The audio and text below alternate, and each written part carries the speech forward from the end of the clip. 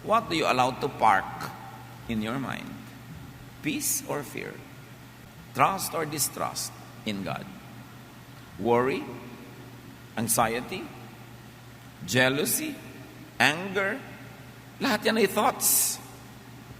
Pero yung thought na yon, pag nasa brain na natin, mapapakilos ang ating kamay, ang ating paa, ang ating bibig, ang buong buhay natin, pwedeng paandarin ang thought. In fact, lahat thought. Bakit ba yung aeroplano nakakalipad? Somebody thought of doing it.